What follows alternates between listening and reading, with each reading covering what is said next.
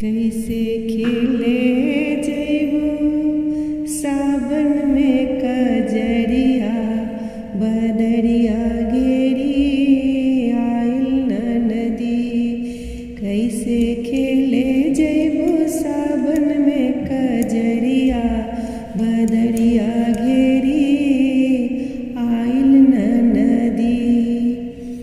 कैसे खेले जैबो सावन में कजरिया बदरिया घेरी आइल न नदी। तू त जात हो अकेली केहू संग न सहेली। तू त जात हो अकेली केहू संग न सहेली। गुंडा रोक ली है तोहरी डगरिया बदरिया घेरी आइल न नदी। गुंडा रोक ली है तोहरी डगरिया बदरिया घेरी आइल न नदी। कैसे खेले जैबो सावन में कजरिया बदरिया घेरी आइल न नदी।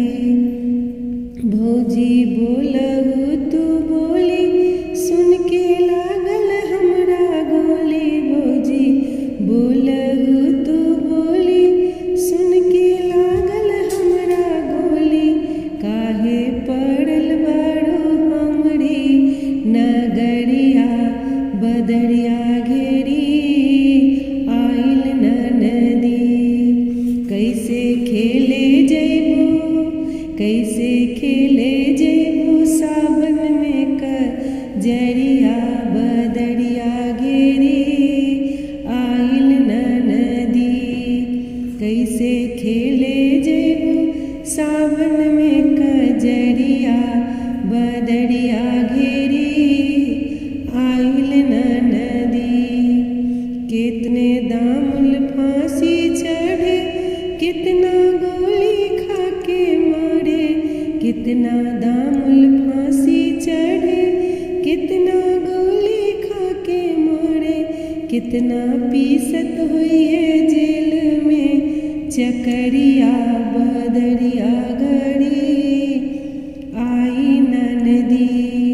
कैसे खेले जैबो कैसे खेले जैबो सावन में कजरिया बदरिया घेरी आइल न नदी। कैसे खेले जैबो सावन में कजरिया बदरिया घेरी आइल न नदी। तू त जात हो अकेली केहू संग न सहेली। गुंडा रोक ली है तोहरी डगरिया बदरिया घेरी आइल न नदी। कैसे खेले जैबो सावन में कजरिया